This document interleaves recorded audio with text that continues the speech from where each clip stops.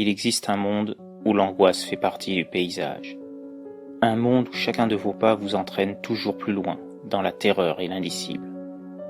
Un monde où les créatures les plus inimaginables et les psychopathes les plus cruels sévissent en toute liberté. Un monde où il n'y a aucune règle, aucune loi pour vous empêcher de plonger dans l'horreur la plus totale. Ce monde n'est pas si éloigné du nôtre, et il n'appartient qu'à vous d'en franchir les frontières. Alors si vous aimez avoir peur, n'hésitez plus. Franchissez le portail et venez écouter les histoires de l'autre monde. Bonjour à vous, chères créatures. Peut-on avoir peur de soi-même? Ou plus précisément, une partie de ce qui constitue l'être humain, qui est rattaché à lui à certaines périodes de la journée, a-t-elle la possibilité de devenir autonome et devenir un objet de terreur, une arme de vengeance? C'est ce qui est arrivé au héros de l'histoire qui va suivre, pourchassé par sa propre ombre, en punition de sa faute, pour avoir été à l'origine d'un drame de la route. Une situation, vous vous en doutez bien, qui est encore bien pire que de vouloir échapper à des agresseurs physiques. Car ici, le mal vient de soi-même, et s'emploie à faire subir la pire des punitions psychologiques, en faisant devenir sa proie le témoin impuissant des actes commis. Mais sans plus attendre, je vous laisse découvrir cette histoire, qui se situe en plein cœur des territoires de l'autre monde.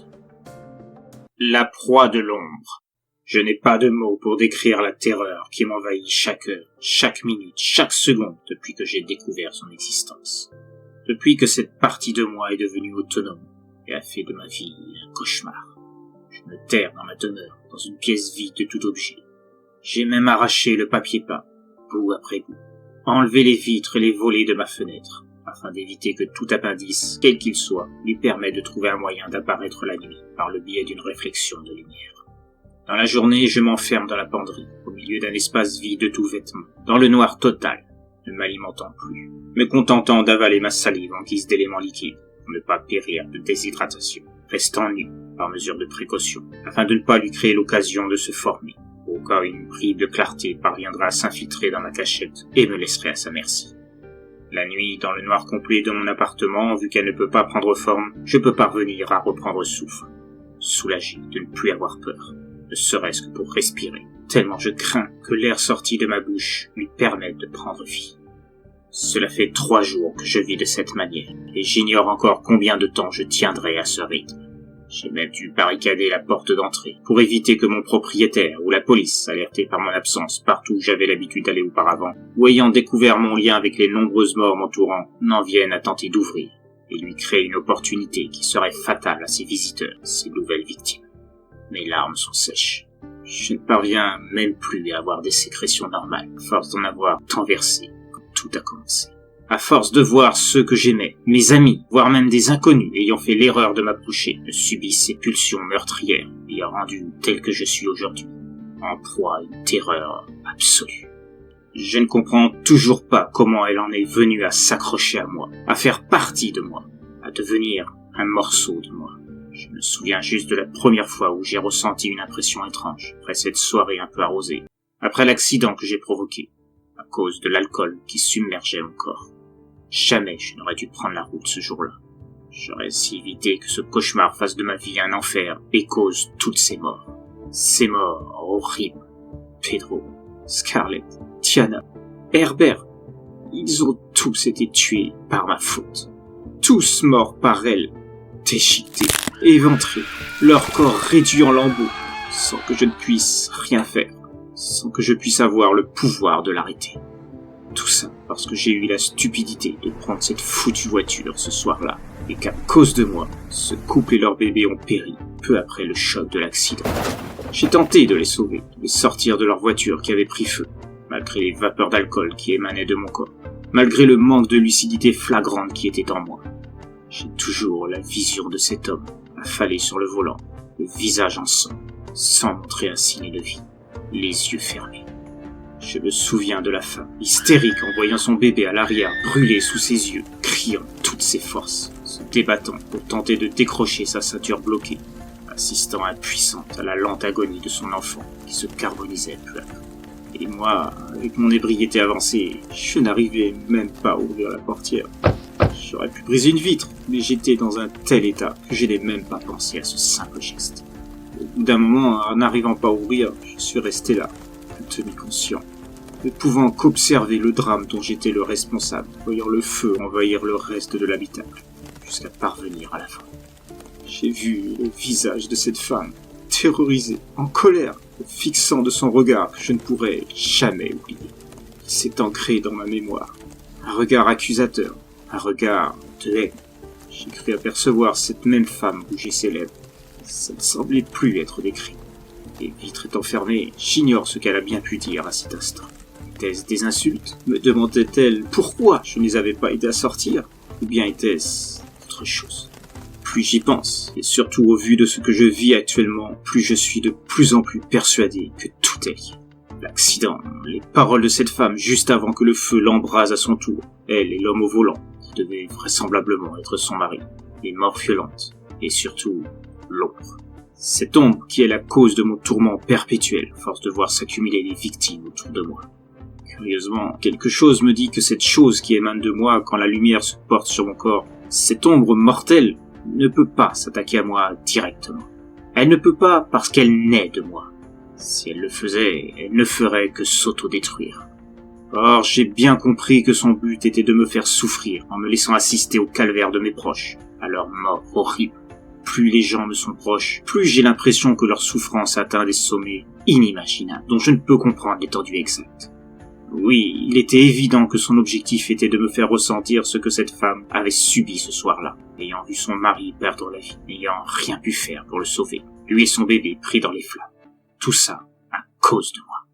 Je suis persuadé que ces paroles que je n'ai pas pu percevoir à cet instant étaient une malédiction, quelque chose comme ça. Moi qui pensais que ce genre de choses ne pouvait arriver que dans les films ou les livres, je devais me rendre à l'évidence. Cette femme devait être une sorcière, ou du moins avait des capacités à invoquer des forces que personne ne pourrait imaginer. Les paroles qu'elle avait dites à mon encontre juste avant de périr à son tour par les flammes devaient être une sorte d'invocation. C'est elle qui avait dû demander à cette ombre de me punir. Non pas directement, mais en me faisant subir ce que j'avais provoqué. Je devais souffrir comme elle avait souffert en voyant sa famille anéantie parce que je n'avais pas eu l'intelligence de ne pas prendre le volant ce soir-là, alors que j'étais alcoolisé et à outrance. Je devais souffrir en voyant ceux que j'aimais mourir devant moi, à ma place, impuissant. C'était ma punition. La vengeance d'une femme ayant tout perdu à cause de ma stupidité. Son dernier acte, que justice soit faite. Après que la voiture se soit complètement embrasée, je me suis enfui vers mon propre véhicule, qui, miraculeusement, fonctionnait encore. Tout juste avait-il de gros dégâts sur l'aile avant gauche, un phare cassé et une partie du métal du capot retourné. Sans même m'en rendre compte, on pourrait appeler ça l'instinct du désespoir, j'ai démarré la voiture et je suis parti à grande vitesse, observant si quelqu'un d'autre autour avait été témoin de la scène, témoin de ma culpabilité. Mais il n'y avait personne et j'ai foncé droit devant moi. Il faut dire que l'accident s'était déroulé en dehors de toute forme d'habitation. La soirée d'où je sortais s'était déroulée dans une boîte de nuit, en périphérie, pratiquement en pleine campagne. Quand l'accident a eu lieu, j'étais à mi-chemin entre l'établissement où j'avais passé cette soirée et mon domicile, situé à la ville proche, à environ 3 ou 4 kilomètres du drame que j'avais causé. En partant, j'ai entendu une explosion. Le feu devait avoir atteint le réservoir, détruisant du coup toute preuve de ma présence, à savoir mes empreintes que la police n'aurait pas manqué de découvrir sur les poignées du véhicule accidenté. Certains diraient que c'était un coup de chance, mais moi, je ne dirais pas ça. Le lendemain, le cauchemar a commencé. Une fois dessoulé et après une nuit agitée, j'ai d'abord cru que mes yeux embrumés m'avaient fait voir un restant d'alcool. Mais maintenant, je sais que c'est à ce moment précis qu'elle a commencé à se manifester. Cette ombre sortant de moi, se tenant juste dans mon dos, comme pour me défier, montrer son existence.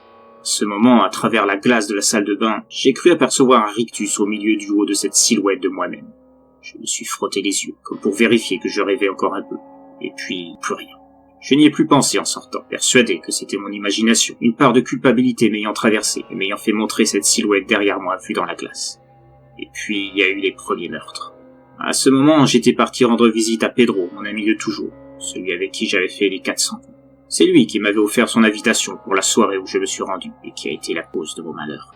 Comme il s'était cassé le pied lors d'un entraînement à son club de foot quelques jours auparavant, pour ne pas gâcher l'invitation, il m'avait proposé d'y aller à sa place, avec promesse de lui raconter comment était l'ambiance. Arrivé à son appartement, j'ai sonné à la porte, et c'est sa petite amie, Scarlett, qui m'a ouvert. Une vraie top modèle de magazine, cette fille. Je me posais la question comment un loser tel que Pedro avait bien pu séduire une telle beauté. Mais en même temps, j'étais heureux du bonheur qu'elle lui procurait. Il n'avait jamais eu beaucoup de chance niveau fille. Alors, quand Scarlett est arrivée dans sa vie, je l'ai vu changer du tout au tout. Lui qui avait l'habitude de se négliger constamment, était maintenant toujours tiré à 4 épingles, comme on dit, ne mangeant que des trucs équilibrés, ultra pointilleux sur l'ordre et le ménage. Un autre homme en tout point. Et même si je regrette un peu l'ancien Pedro, le nouveau est bien mieux. Scarlett, toute souriante, m'a fait installer dans le salon, sur le sofa, auprès de Pedro, ayant son pied dans le plâtre. Et puis on a commencé à prendre un verre tous les trois. Je leur racontais comment ça s'était passé, omettant bien évidemment l'accident qui avait suivi, et le drame que j'avais causé. À un moment, Scarlett, regardant les nouvelles sur son portable, a parlé d'un flash info retraçant la découverte d'une voiture carbonisée, retrouvée sur une route de campagne, avec à son bord 3 victimes, dont un bébé de 3 mois. Scarlett semblait très choquée à cette annonce. Pedro aussi semblait triste en apprenant ce drame. Moi, je faisais semblant d'être effaré, évoquant même le fait que l'auteur de ça devrait être en prison. Le flash info indiquant que des traces d'impact avaient été trouvées sur la voiture, preuve qu'un autre véhicule était en cause. Et au moment où j'ai dit ces paroles, Scarlett, qui était en face de moi et Pedro, relevant la tête de son portable, a ouvert de grands yeux, montrant un air épouvanté. Elle s'est levée, montrant du doigt quelque chose derrière moi et Pedro, complètement terrorisée. Après, tout a été très vite. J'ai tout juste pu apercevoir ce qui me semblait être une sorte d'éclair noir traverser le corps de Pedro avant de voir une sorte de main montrant son cœur ensanglanté.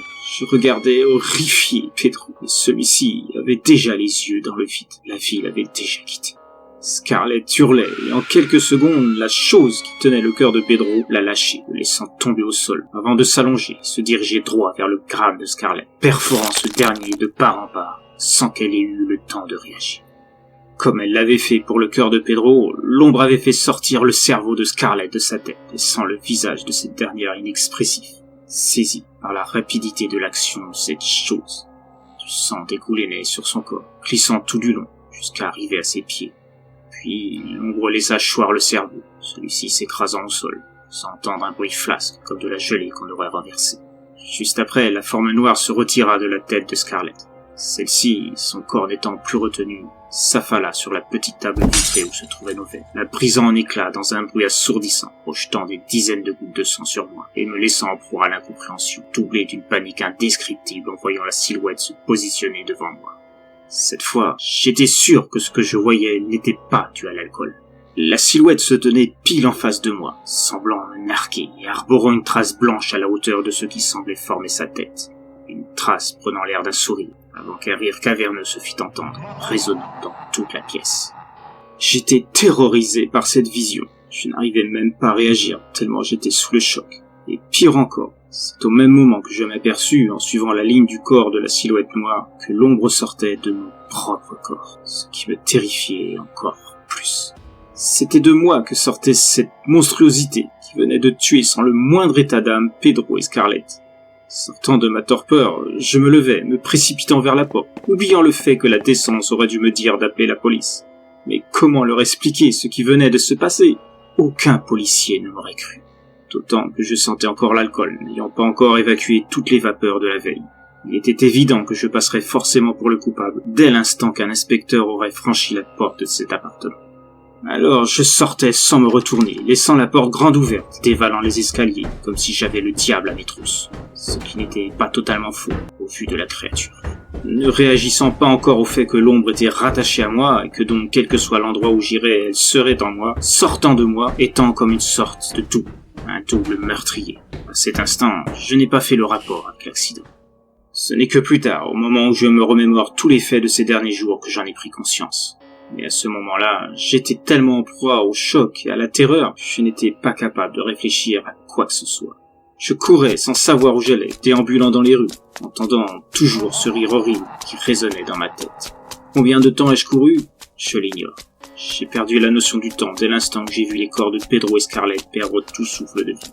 Ce n'est que plusieurs minutes plus tard, après avoir parcouru ce qui me semblait être la moitié de la ville, que la fatigue aidant, je finis par m'arrêter de courir, tentant de réfléchir à ce qui venait de se passer.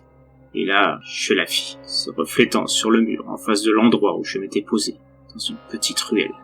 Elle ricanait encore. Son rire pénétrait dans ma tête comme une aiguille, provoquant une douleur atroce. Je me fixa un long moment, puis je la vis s'affaisser, rétrécir le long du mur, avant de se refondre en moi, disparaissant totalement, et me laissant dans le désarroi le plus total. À partir de là, ma vie devint un enchaînement de morts. À chaque fois que je tentais d'expliquer mon histoire à des connaissances, que je voulais leur expliquer ce qui était arrivé à Pedro et Scarlett, je parlais de l'ombre me poursuivant, ou plutôt sortant de moi, je ne trouvais qu'incompréhension et inquiétude. Comment leur en vouloir en même temps? En face d'eux se trouvait le visage blême d'un homme qui montrait les signes évidents d'une névrose. Mais j'ai eu le malheur de parler de mon calvaire à des personnes que j'aimais, et j'avais l'impression que mon ombre le sentait, sortant au moment où je m'y attendais le moins, avant de massacrer sans vergogne les gens qui m'entouraient, et me laissant à chaque fois dans l'effroi et la peur, terrorisé par les morts se succédant. J'ignore comment j'ai fait pour ne pas attirer l'attention, ne pas m'être fait incarcérer sur le champ par des témoins. Mais il devint vite clair que l'ombre n'était pas qu'une simple ombre émanant de mon corps. Elle réfléchissait, elle pensait, elle prenait garde à ce qu'aucun témoin ne soit présent dans les parages. Et les rares fois où il y en avait un, elle le faisait passer de vie à trépas en l'espace de quelques secondes, sans aucune pitié, ne laissant pas le temps de réagir. Je sombrais dans la folie, n'osant plus demander d'aide à quiconque, m'enfermant dans un cocon de peur, sans comprendre comment me sortir de cette situation. Dans un éclair de lucidité, je finis par comprendre que pour agir, l'ombre avait besoin d'un reflet de lumière sur des objets, des surfaces, des matières. Si je parvenais à faire en sorte qu'il n'y ait aucune de ces sources, l'ombre ne pourrait pas se former et donc tuer. C'était la seule solution. C'est à partir de là que je me suis enfermé chez moi, barricadant tout, enlevant tout ce que je pouvais. Mais le moindre reflet filtrant à travers les fenêtres, les miroirs, la surface du frigo, un ray de lumière en dessous de la porte, la lumière du micro-ondes en action, la flamme de la gazinière, presque tout était propice à faire apparaître l'ombre, qui prenait plaisir à me tourmenter en se projetant. J'ai donc vidé entièrement une pièce de tout ce qu'elle contenait, formant un espace dénué de toute source pouvant permettre à l'ombre de naître, n'utilisant plus d'objets, de matériel ou quoi que ce soit dans la journée. J'en viens au moment que je vous ai décrit au début de ce récit. Je sais que la folie a déjà pris possession de moi. J'ai même pensé à mettre fin à mes jours, mais à chaque fois, par le simple fait d'utiliser un objet créant un reflet, l'ombre m'en a empêché, projetant le semblant d'arme qui aurait pu enfin me libérer contre un mur, ou dans une autre pièce. Finalement, j'ai vidé la penderie et m'y suis cloîtré, dédaignant toute forme de nourriture en journée, pour ne pas prendre le risque de créer l'occasion à l'ombre de se former et continuer à se rire de moi, à me narguer, ne sortant que la nuit, me reléguant dans cette pièce dénuée de toute possibilité à l'ombre de se former. À force de ce traitement, j'en viendrai à succomber, je le sais. J'ai décidé ce matin de ne plus m'alimenter du tout, de ne plus boire, et de rester enfermé dans ma penderie, attendant la délivrance de la mort, afin de ne plus subir la vengeance de cette femme par l'intermédiaire de cette ombre. Mon ombre, ma malédiction. On dit que le corps humain ne peut pas survivre à plus de 3 jours sans être hydraté, ni avoir d'apport de nourriture. Donc en faisant ainsi, je devrais mourir dans 3 jours. Dans 3 jours, je pourrai expier ma faute de manière définitive, et je serai libéré de cette ombre maléfique. Cette ombre maudite qui m'a fait devenir un meurtrier indirect, tuant ceux que j'aimais. Après tout, c'est mieux ainsi. De cette manière, je ne tuerai plus personne, et je ne souffrirai plus. Et les âmes de cette famille que j'ai détruite pourront elles aussi aller en paix, puisque leurs morts auront été vengées. Pour beaucoup ayant subi le point de départ de cette histoire, être à l'origine d'un drame involontaire, peut détruire un mental de manière parfois irrémédiable. Le sentiment de culpabilité peut être énormément destructeur, bien plus que des blessures physiques, et peut faire passer une personne de statut de coupable à victime en l'espace de quelques années. En tout cas, c'est le sentiment qui envahit la personne responsable. Pour les autres, la famille endeuillée, il restera à jamais l'être méprisable qui a tué des vies de manière impardonnable alors que cela aurait pu être évité. Chaque année, les morts sur la route dues à l'alcool causent des milliers de morts à travers le monde. Et malgré les campagnes virulentes incitant à la modération, certains esprits ne comprennent que quand ils ont été responsables d'une ou plusieurs morts, quand il est trop tard, et qu'ils ont détruit des vies entières pour n'avoir pas su s'arrêter à temps. Peut-être que si leurs ombres se chargeaient de les empêcher de prendre le verre de trop, ce seraient plusieurs vies qui seraient sauvées. Mais pour cela, il faut être familier avec certaines pratiques appartenant au monde des ténèbres. Je vous dis à présent à très bientôt pour une nouvelle histoire de l'autre monde.